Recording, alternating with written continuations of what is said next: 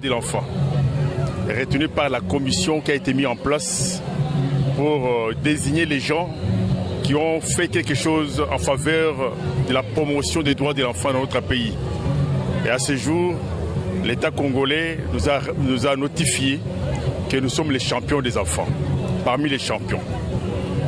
Je crois que cet événement vient marquer le progrès réalisé dans la Convention relative aux droits de l'enfant. Comme vous le savez, il y a beaucoup de dispositions qui étaient prévues dans la Convention qui ne pouvaient pas, à l'époque, lorsqu'on en parlait, on nous prenait pour des fous. Comme par exemple la gratuité de l'enseignement fondamental.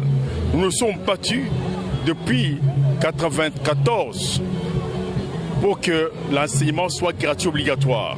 Aujourd'hui, c'est une chose faite avec le président de la République. Aujourd'hui, l'enseignement est gratuit obligatoire.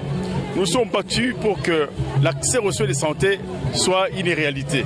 Aujourd'hui, il y a un effort qui est fait par le gouvernement pour que ce soit une réalité. Aujourd'hui, vous avez suivi les enfants parler de la participation des enfants. Dans ce pays-ci, l'enfant n'avait pas la voix, n'avait pas la parole. Aujourd'hui, on donne la parole aux enfants.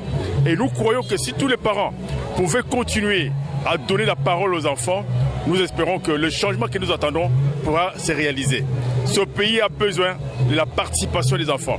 Les enfants qui doivent participer ne peuvent pas être réprimés. Il faut que les parents comprennent que lorsqu'ils doivent prendre des décisions en faveur des enfants, ils doivent chercher à ce que les enfants participent, que les enfants soient d'accord dans les décisions qu'ils prennent en leur faveur. Ils ne doivent pas imposer aux enfants ce qu'ils doivent faire, mais ils doivent discuter, dialoguer avec les enfants pour que l'épanouissement de l'enfant soit une réalité. Et un enfant qui n'est pas épanoui n'a pas la chance de se développer.